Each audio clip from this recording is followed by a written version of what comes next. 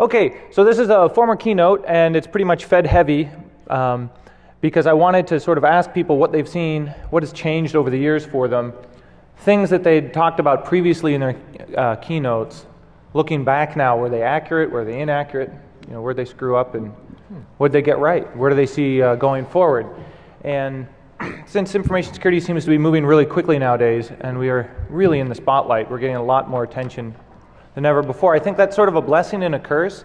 Maybe a curse in the sense that if everybody's hanging on every word you say, if you say the wrong thing, it's like, finally, this is my day in the sun, and you try to do everything in 15 minutes that you wanted to do for 15 years. That you're setting yourself up for disaster. So I think we have to be more careful now than ever before in how we portray ourselves and kind of the things we're saying. We've got their attention.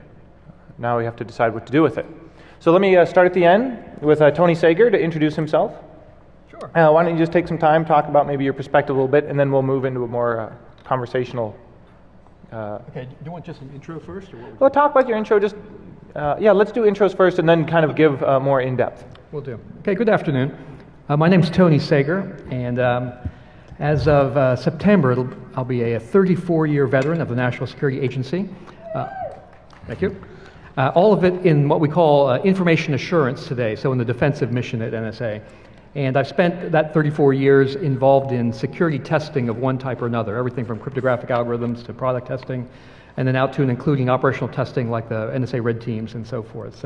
And over the last 5 years, I've had the honor of running the organization that does all that for the defensive mission at NSA. So my perspective is a little warped by having watched things break in a myriad number of ways.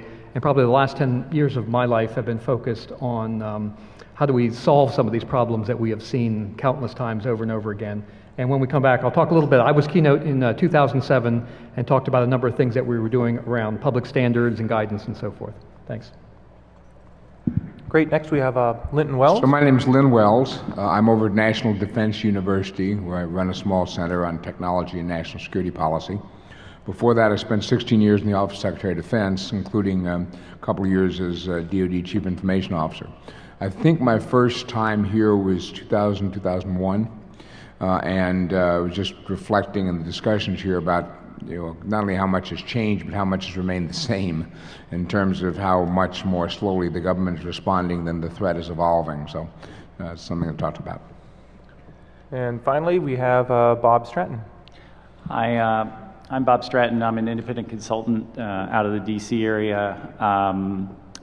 More recently, I was Director of Government Research at Symantec. I've done a couple of venture-funded and bootstrap security startups, and was a part of a novel experiment a while back to create a venture capital arm for the Central Intelligence Agency, which is now covering the whole intelligence community.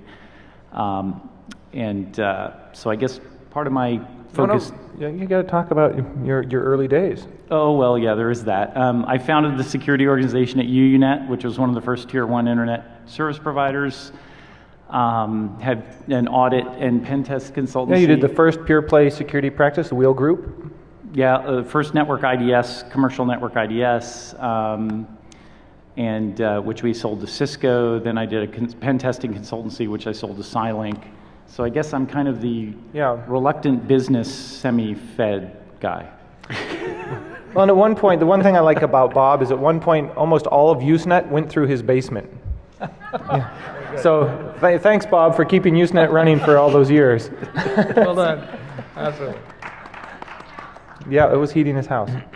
Okay, so that's your perspectives. And so we'll go back now to Tony. And give you a little bit more time if there's any questions or things you want to flesh out. And then I'll start, we'll do that again with everybody a little bit more in depth now that we know your perspective.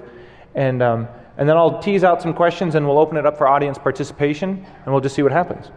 That sounds great, Jeff. Thanks. So maybe talk a little bit about your previous keynote and maybe what's changed or how you see the role of what you're doing change. And okay. We're looking for big picture ideas here.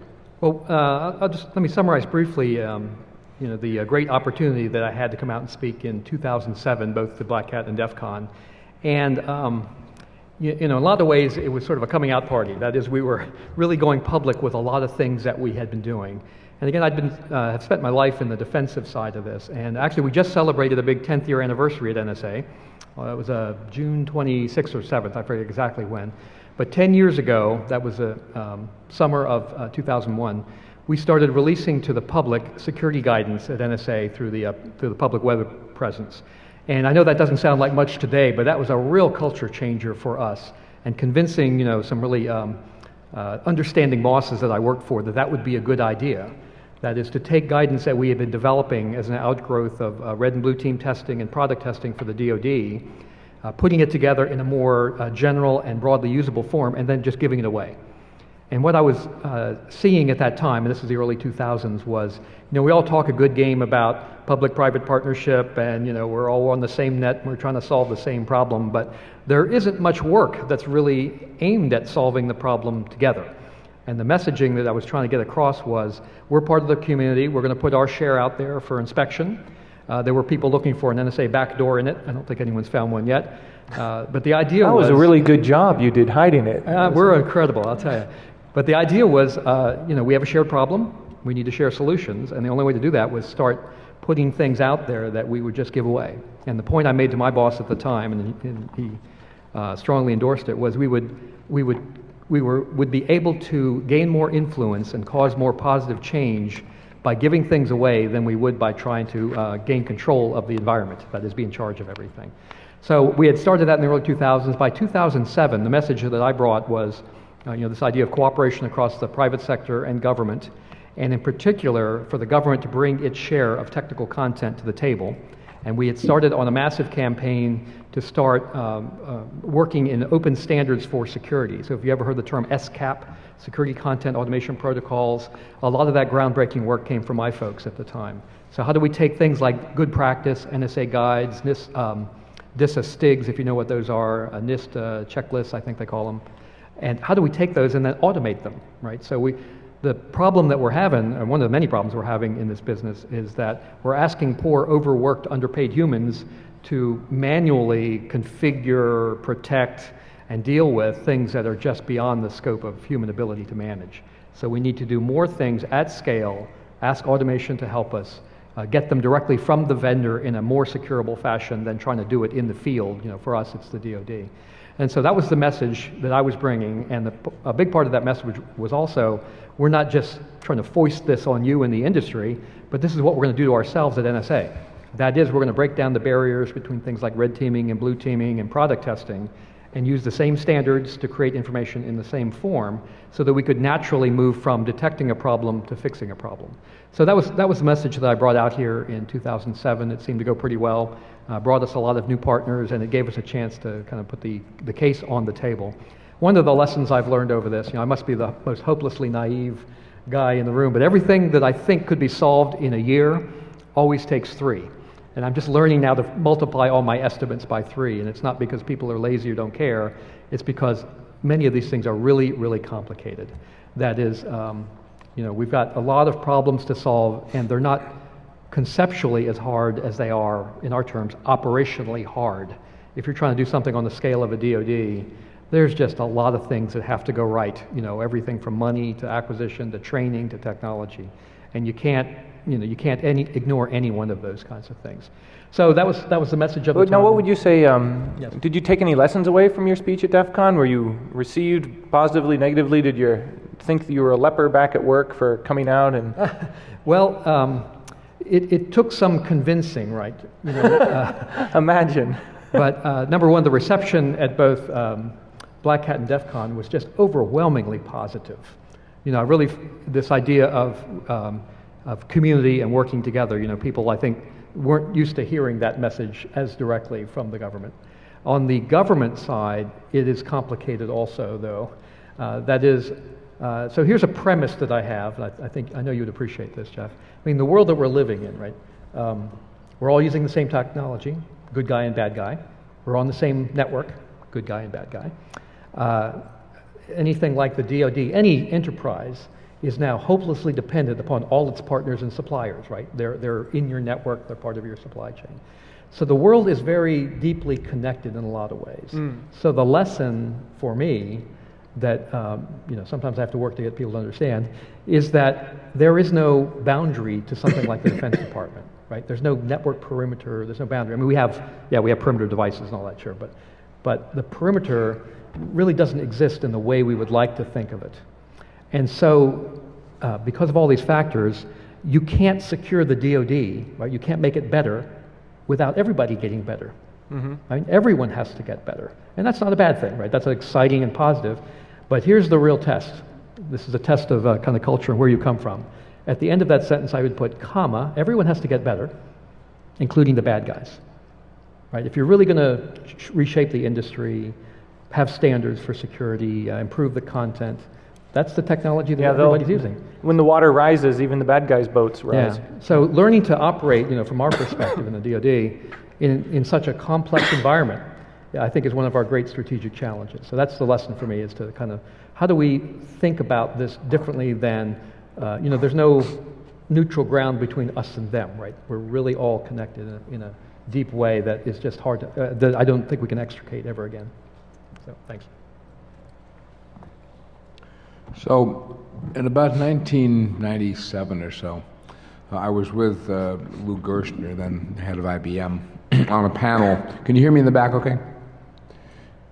Yeah, on a panel, and he was asking, how do I know if I have an effective information assurance program? And the answer was, walk down the hall, find a random employee, ask them 3 questions. Would you know if your computer is being screwed with? If yes, would you know who to call to get help? If yes, would you care enough to call? And the point was, unless you can answer yes for all 3 questions for all your employees, you can spend all the money you want on technology and you're going to fail on the people side. And this has struck me as an area where the government in particular needs to put a lot more emphasis, not just on building the high-tech team of cyber defenders or warriors, whatever, but convincing the entirety of the workforce, and the leadership, that these are issues for commanders and policymakers and decision makers, not just for the techies, and they have to be part of what permeates our day-to-day operating procedures. So I was really encouraged to see this defense strategy for operation in cyberspace that was rolled out a couple of weeks ago, and I realized there were various critiques of it, but it does include much more emphasis on the entirety of the DoD workforce becoming more aware and more capable in cyberspace, and linking that to R&D. So if there's anything I'm cautiously optimistic about, it's that. Another thing, though, is that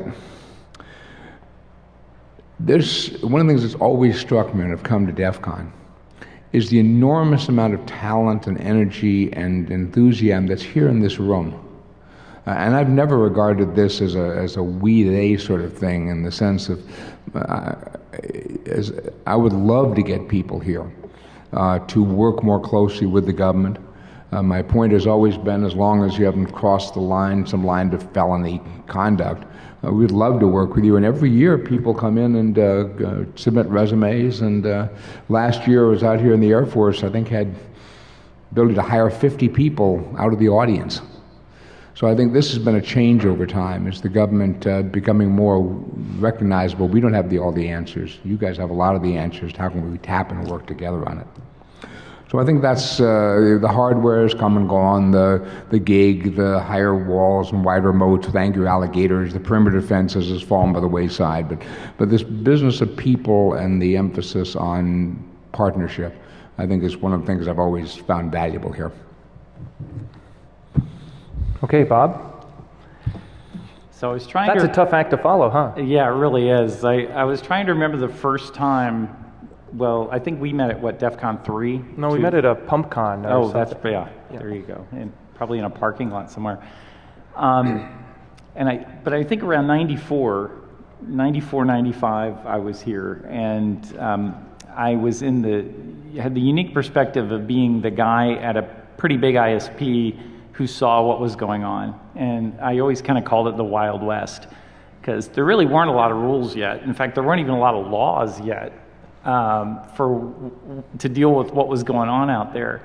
But at the same time, I was always sort of inherently optimistic that it would somehow be okay. And some of that meant there would be new products and new services that would try to help people protect themselves, and that wound up becoming an entire industry sector. But also that people would kind of try to help each other in the process of figuring out how to make all this stuff work together. And I think what's one of the more interesting things that we had seen back then was that some of the groups that were doing standards work weren't doing it in quite as, have to be diplomatic here, bureaucratic a way as some of the traditional standards bodies. And I remember this one phrase that sort of told me that I was in the right place, which is from the Internet Engineering Task Force. They said, "We reject kings, presidents, and voting. We believe in rough consensus and running code." And I thought, wow, I like these guys. I can work with this. But then I was getting phone calls at 4 o'clock in the morning when people were being hacked all the time. And it was sort of newsworthy, but people didn't even know to talk about it yet. It was so weird and unusual, it wasn't newsworthy yet.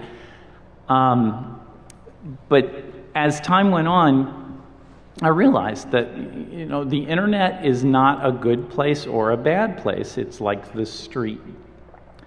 Good things, wonderful, miraculous things happen on the street. People save each other's lives, people meet and get married, wonderful things happen.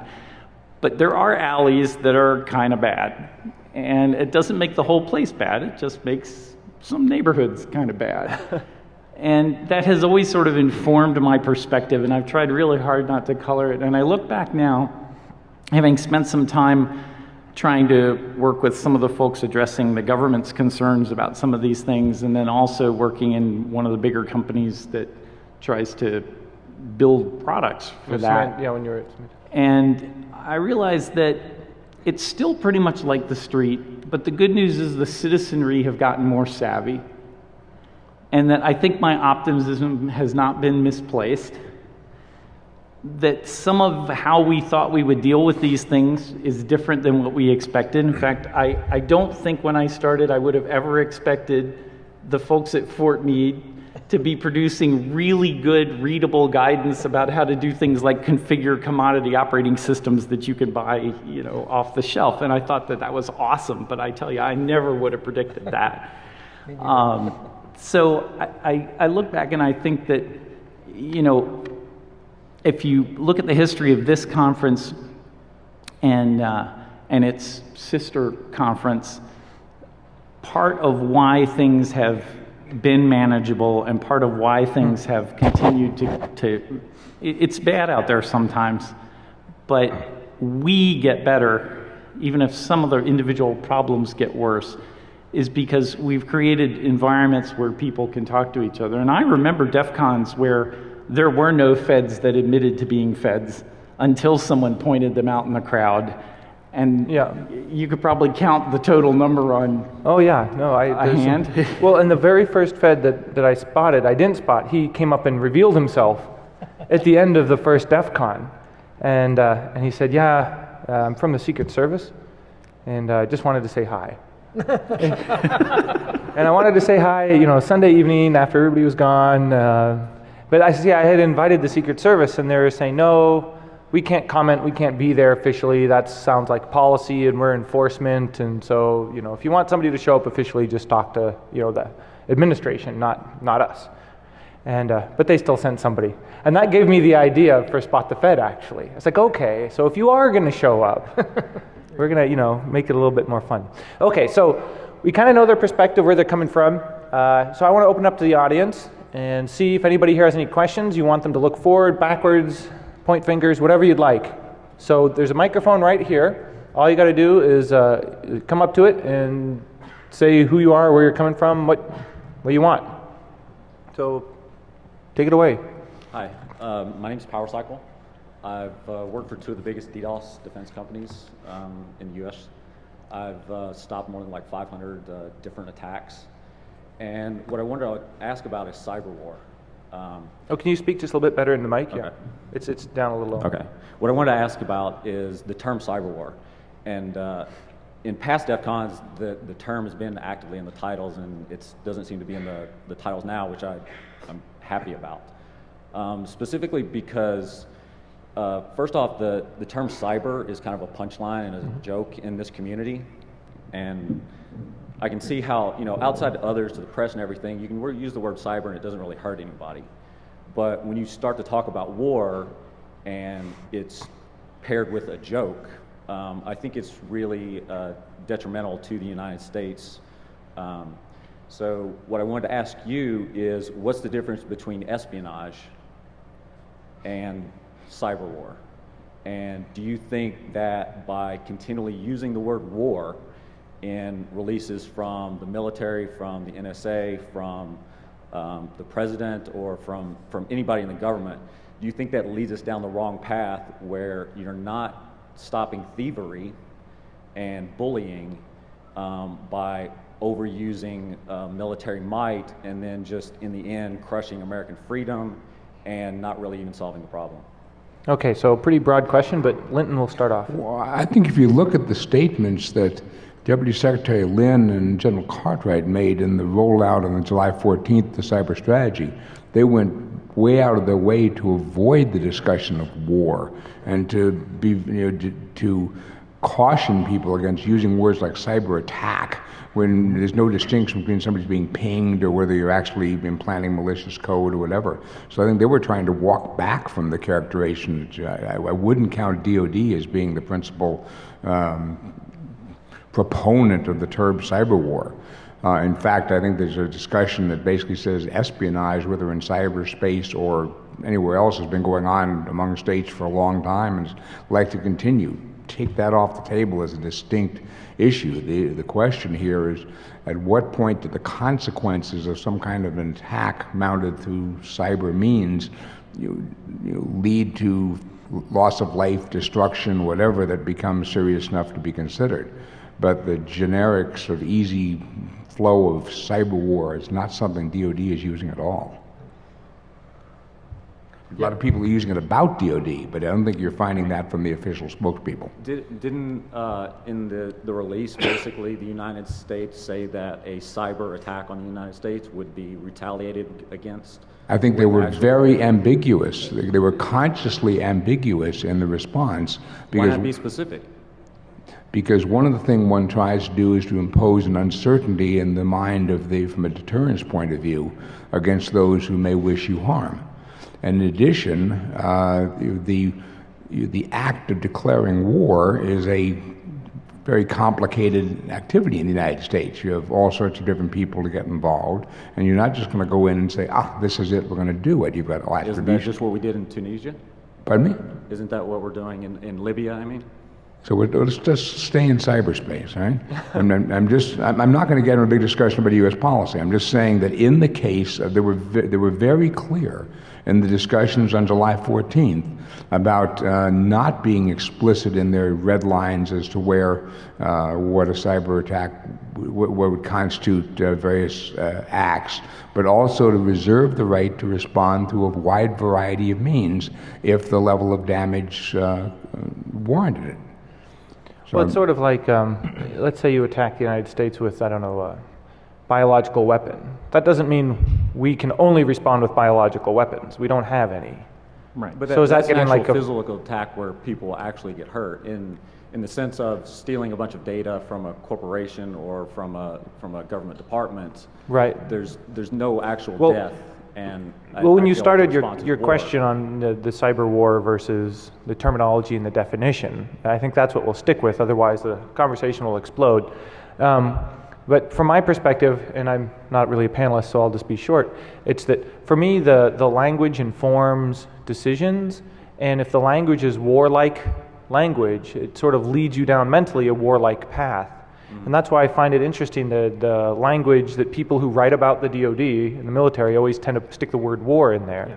But when people write about sort of civilian and companies being attacked, it's always like cyber thugs and cyber criminals and organized crime, because they're taking a law enforcement mentality. And the law enforcement mentality always is sort of like block watches and community watch and ground up and, you know, watch out for your neighbor and lock your doors. And the military mentality is, it's much more, you know, very command and control. And so I think you're seeing the people who write about both areas are now having to somehow reconcile that, and it's interesting to listen to the vocabulary because it's changing. There's a reason why you don't see a lot of talks that say cyber war at DEFCON anymore, because everybody realizes that's kind of nonsensical, and they're starting to sound dumb if they put that in their titles. So I'll let Tony respond, and then we'll move on to the next question. Thank you. Thanks. Oh, just a word or two to echo Dr. Wells. I mean, and I don't think you'll see that kind of language. You know, the war has a particular meaning in the Defense Department. Yeah. That leads us to places that, you know, no one's going right now. I will say that I'll just comment briefly on your the use of the word cyber, though you made a comment about that. I was in a room full of defense contractors, and I said, okay, everybody raise your hand if you have a gigantic room full of fancy screens and blinking lights, and the name cyber is somewhere, the phrase cyber is somewhere in the name of that room. And all the hands go up. And I said, and then how many of you a year ago that room had the name IO, or Information Operations, in the title instead of cyber? And most of the hands stay up. And I said, and then 2 years before that, how many had that same room, but the title Computer Network Operations was in the title, the phrase was in that title instead? And sheepish hands are still kind of hanging around. You know, it's people kind of gravitate to the buzzword of the day because that drives attention, funding, you know, and so forth. And it is overused. There's no question about that. Do you want to say something, Yeah, Rob? just real quick, and I have no affiliation with these guys, but I recently discovered a site called something like, if I use the prefix cyber, will it make me look like an idiot.com? And there's this great sort of expert system decision tree, and it's like, are you trying to get money from this particular type of customer? And it walks you through these decisions, and it gives you kind of probability ratings of how much of an idiot you'll sound like if you use it. And one of the questions, qualifying questions way down in there is, are you preparing a presentation for the U.S. government? Yeah. So you're not alone in now asking I know why that. they're all so consistent. They're also consistent because they use the site, right? So just to amplify that one more time, we had a conference on cyber something in DOD, and about 150 people in the room. And my question was, all right, how many of you are under 35? It's like 7 hands go up. And so the question was, okay, you know, what questions should we be asking here that we're not? And a 20-something-year-old lieutenant got up and said, well, you know, nobody in my generation uses the word cyber. We may be connected, we may be online, we may be LinkedIn, maybe whatever, but cyber is just not a term that's part of our vocabulary. And so if you're building all this great vocabulary around cyberspace and cyber whatever, and a large part of the young people who are operating and they don't really understand what you're talking about, maybe you should give some thought to that. So. Yeah, well, my problem's not with cyber, it's with war. And I would just, I think our war is not a term the DoD will use in this case. Next question. Good afternoon, panel. Can you hear me okay? My name is Joe from North Carolina. And my question is, if you were to give another keynote speech, what would it be? Oh, that's a good one. Another what? If you were to give another keynote speech, what would it be? Okay. Yes, sir. Yeah. Actually, a talk that I've given recently is my perspective on what I think the future of cyber defense is going to be about. Okay, so I'll just give you the quick summary of it. And the bottom line conclusion is, I think the key to success in defending ourselves in this mythical cyberspace is solving what I call the massive information management problem. So we happen to be, and here's the quick summary of the talk, we happen to be at a state where the vast majority of problems that plague us today, that cost us money, that bring our systems down, here's the sad news for the defense, right? You all know this. The vast majority of those problems are known problems with known solutions. And that's a pretty sad indictment of our community, frankly. It doesn't, again, it's not an indictment that people are lazy or don't care. It tells you how operationally challenging this problem is, right? So from having a tool to solving a problem can be night and day. But my observation over 30 years of this is, you know, the things that, the knowledge that we need to defend ourselves predict the next attack, minimize the next one, etc., is already out there somewhere. It's just not in the right spot, at the right time, in the right form. And so there's a whole talk that I give that's kind of around how do we organize the way we collect, store, move, query for information that would allow us to understand what the real problem is that we're trying to solve. And we've thought of this too much, I think, as a technology problem. If we could just buy the right thing, then we would be able to defend ourselves. And that's just not going to happen. And it turns out, the term that's used in the intelligence business is, how can I look over the horizon, right? How can I see what's coming? And I only know two ways to look over the horizon. One is have friends who happen to live over the horizon and who are both ready, willing, and able to communicate with you, right, to share information. And not through meetings and not through email, but through technology, right? We can't move it fast enough by calling our friends to warn them. It's just not gonna happen. So you have to have friends that are over the horizon to help you look. And then you have to have an intelligence business, right? You have to be able to look more deeply into what's going on outside of your own boundaries and be able to understand. And we have to remember that bad guys are just like us, they're just bad. That is, their tools don't appear out of thin air, right? They have to conceptualize them, design them, build them, test them, equip them, and all this kind of stuff. And if you can't sort of get in the cycle of understanding that, then you'll never be able to defend yourself. So the bottom line premise for me, and I've given this talk a couple of times, so I'm cheating a little bit on your answer, but if I had another keynote, I'd come back to talk about kind of what I think we need to do around the sort of massive management of information. We have massive amounts that are is not available in the right form, in the right place, at the right time, that I think we could manage the 95% of this problem with that. Thank you. I think I would talk about mission assurance in a time of exponential change, taking into account the behavior of real people. I originally started off focusing on information assurance, but in point of fact, you need to be able to accomplish the mission, irrespective of the level of attack you're under. And my own background is Navy, and you never design a ship with the expectation the water's not going to get inside the hull. So I think we should expect that the systems we're using are going to be compromised in some sense and not maintain this ideal objective of a firm perimeter. And so if the attack is not going to cause you to be operating 100% one day and then zero the next, it's going to be some kind of a degradation which is going to come back over time. So the goal should be to minimize the depth and the width of that bathtub. And again, to be able to accomplish whatever plan B, C, or D you need to get the mission done. But the point about taking into account real people, one of the things the Deputy Secretary Lynn talked about in his Foreign Affairs article last fall was declassifying the whole buckshot Yankee business with the thumb drives. I mean, that was essentially a case where people were charged with getting the job done and say, fine, I'm going to, the security's too onerous for me to get the job done, I'm going to go around it, and got bitten. How do you find a way to balance things that people can, and then the technological change,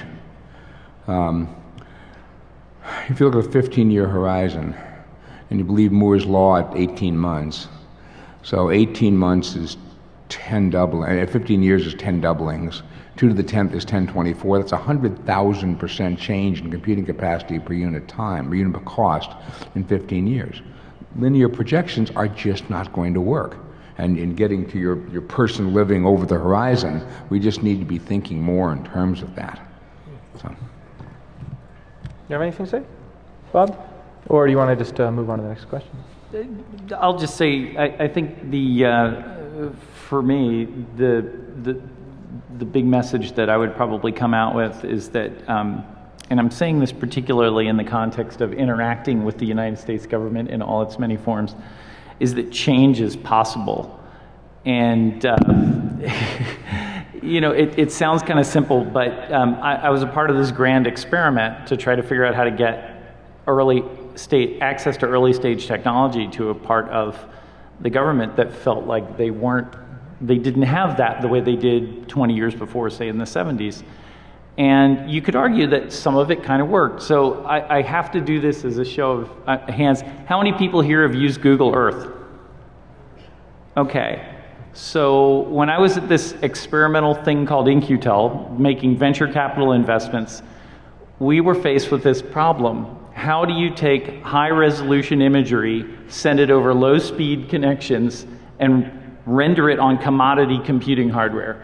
Because your alternative is a guy with a mainframe in a basement in an air-conditioned building printing out maps who's nowhere near the guys who need the maps. And I looked at probably 5 different technology approaches to this, and we found this little company that admittedly, ironically, had named itself Keyhole, that had only been used by realtors in California to show houses. And we made an investment. I think it may have been their first round of investment. And eventually Google bought them, and that's called Google Earth.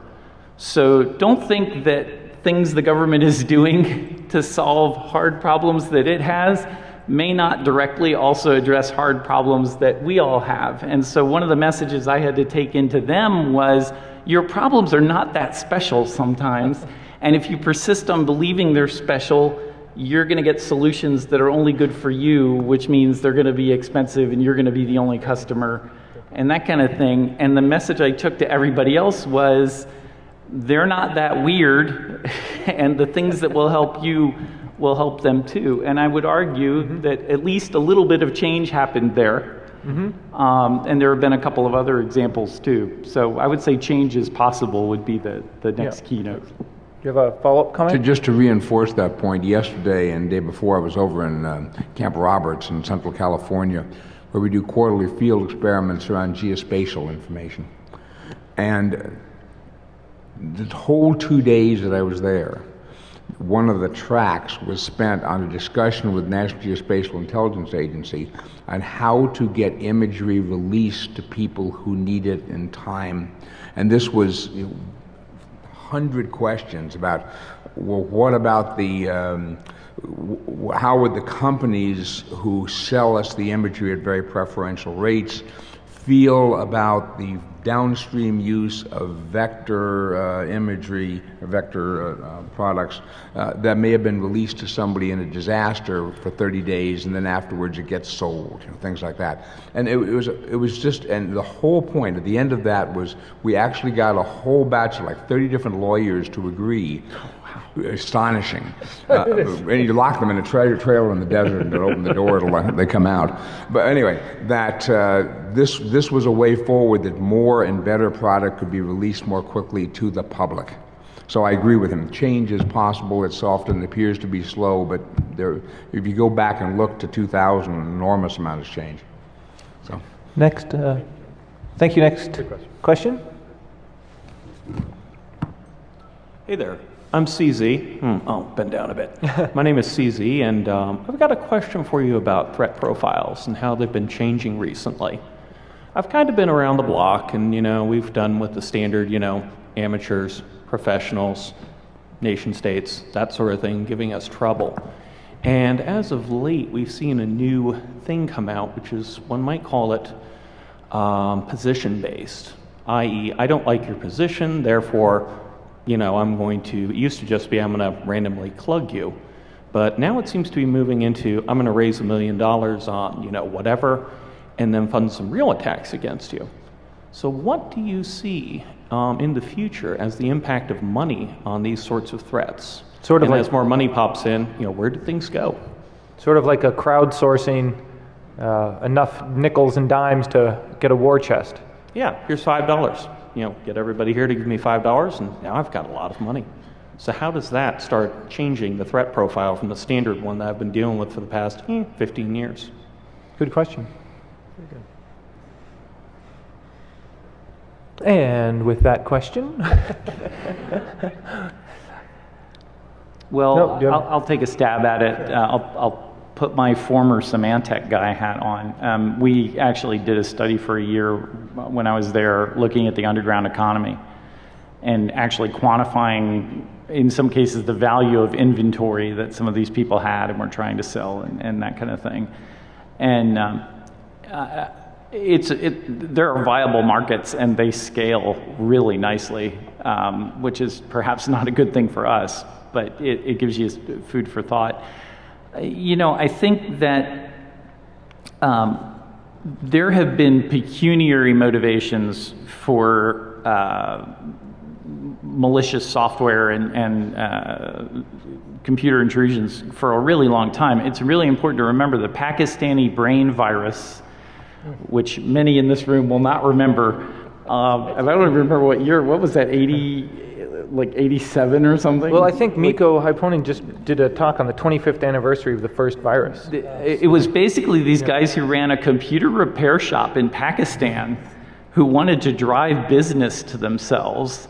So they wrote this virus. And so you can argue that in some ways the monetary motivation has really not changed. It's just scaled up. At the same time, there have been defacements and message-oriented attacks. Digital denial of service sit-ins against the WTO. Right, for a really long time as well. I mean, we were seeing some of that, like when I was at UNet in the early 90s, I mean, there were people starting to do some of those things. So I think the difference really is just, it's like any other industry that matures. You know, you can look at the history of any industry, you look at the history of air travel, right? It matures, there are sketchy aspects to it along the way, both in terms of who's providing services, in terms of who's using services.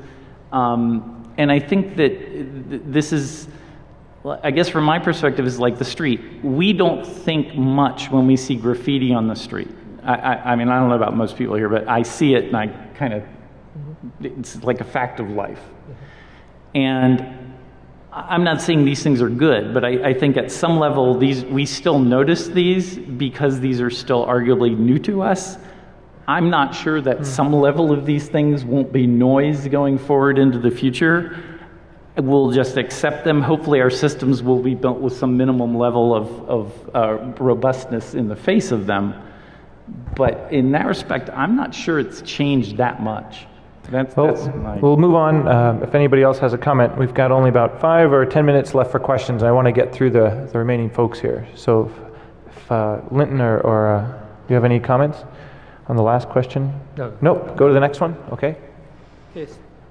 So I think we've all seen a sort of a degradation of privacy over time, and obviously the technology has changed and technology keeps changing faster and faster. But I was wondering if you each see a possibility of having a world where we still have privacy and security at the same time, or if it's one or the other, and we're just, going from having a lot of privacy to having none. Thank you. It seems to me that one of the privacy questions, and I've got to tread very carefully in this as a Govey, because clearly we're committed to a whole variety of laws and ethics around privacy, but the concern to me in privacy is the extent to which we're all giving it away in the interest of commercial gain, or convenience, or whatever. We share our locations via our cell phones. You can, there are all sorts of companies who say where this location-based service information is marketed to a department store, to know that on the third floor men's department there are people at 10 o'clock in the morning, an average of 3.4 customers who've driven 6 miles to get there and stay for 13 minutes. But if I offer a 20% sale, I'll get 6 copies. All that stuff is out there, and we don't seem to be caring about the privacy ramifications of what chicken could come home to roost with that. So, from my standpoint in the government, we will defend very vigilantly the sets of laws and rules we're under. I just worry in the broader societal context about how much this is being undercut by what's happening in like voluntarily giving away the information. Voluntary transfer. Yeah, I don't have much to add. Whatever you think of the National Security Agency, folks like me don't stay there because we don't like the Constitution and don't care about laws. We really do. And if you want to hear heated debates about such topics, get inside our borders sometime. But the challenge is the short-term incentive that people have, just to get a sale price or whatever. When you give information away, you sort of give it away forever, right? And the long-term implications are the really frightening part of this, which is you can't pull it back. And I've got 3 kids. I want them to grow up in a world where they feel safe and that their information, they have some sense of control over it. And in a lot of ways, we are giving away control of information at at massive scale. So I'm not sure where these are questions for big thinkers about the sociology of the future to talk about. But clearly there's things that we need to do on the technical part of this, right? So that what happens to information, right? That machines, that there's a certain level of do care about the handling of information. That clearly doesn't exist today, right? And so anyone who's, the previous question about hacktivism and political interests, people that have no business having access to information today can do that and cause long-term implications for you as an individual. And we, at least on the technical side, we've got to find ways to manage that much better. That it's just not so trivial to give that away and lose control of it forever. Thank you. Thank you. Okay, I think these will be the two last questions here. Hi, my question might actually be for the Department of Education, but I thought I'd ask these guys too. There's an educator. Basically, back in the day, there used to be things like home ec and driver's ed and things like that you had to do in high school.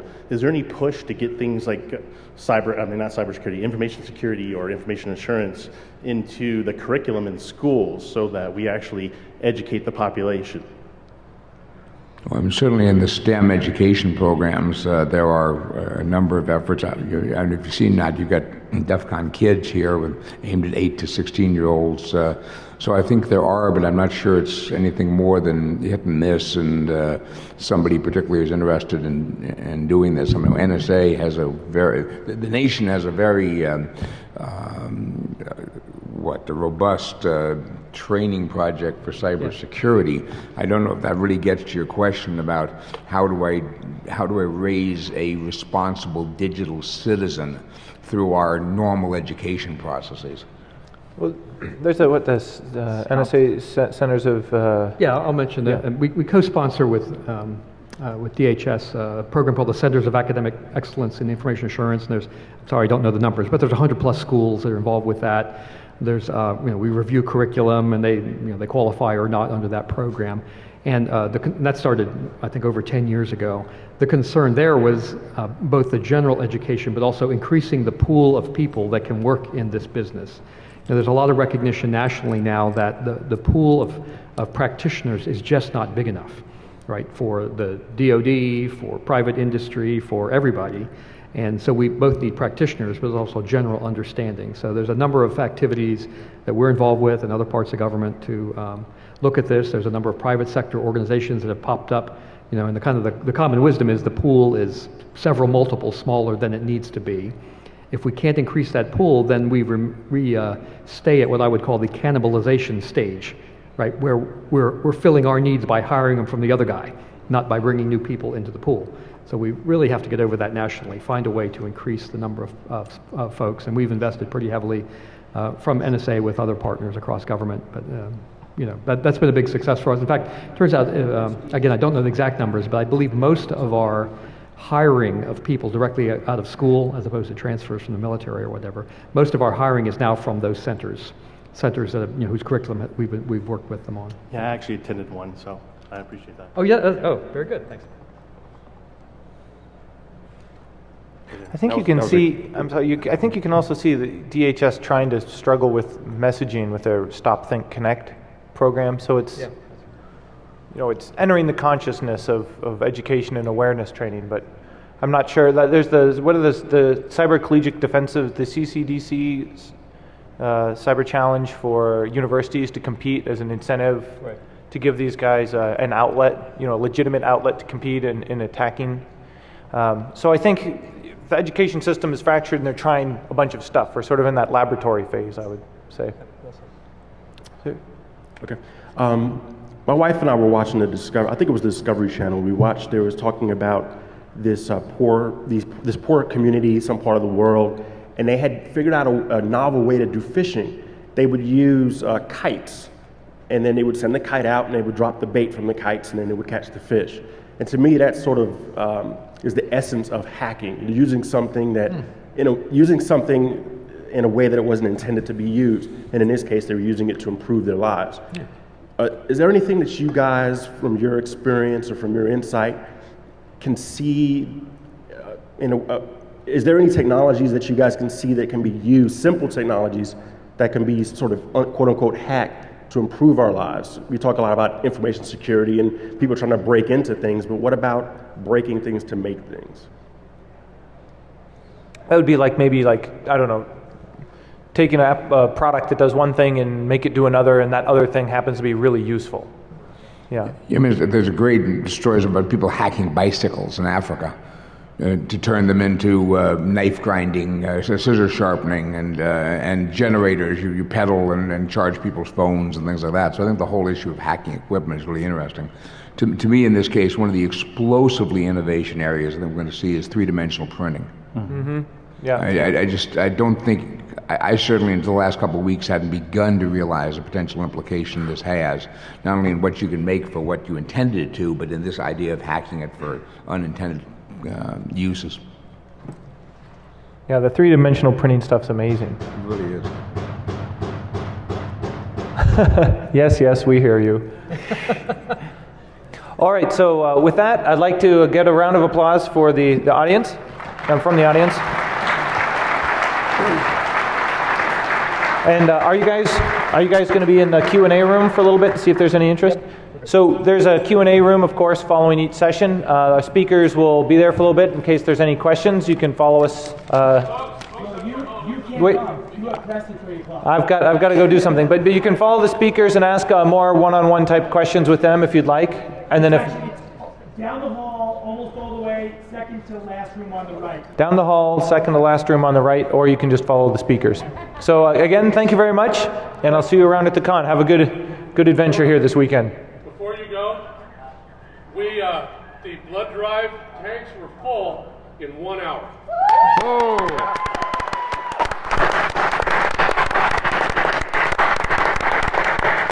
We overwhelmed them. They have no idea. And there's a 12-page list of people who are coming back to get blood and marrow. So you guys rock. Wow. Thank you. Wow.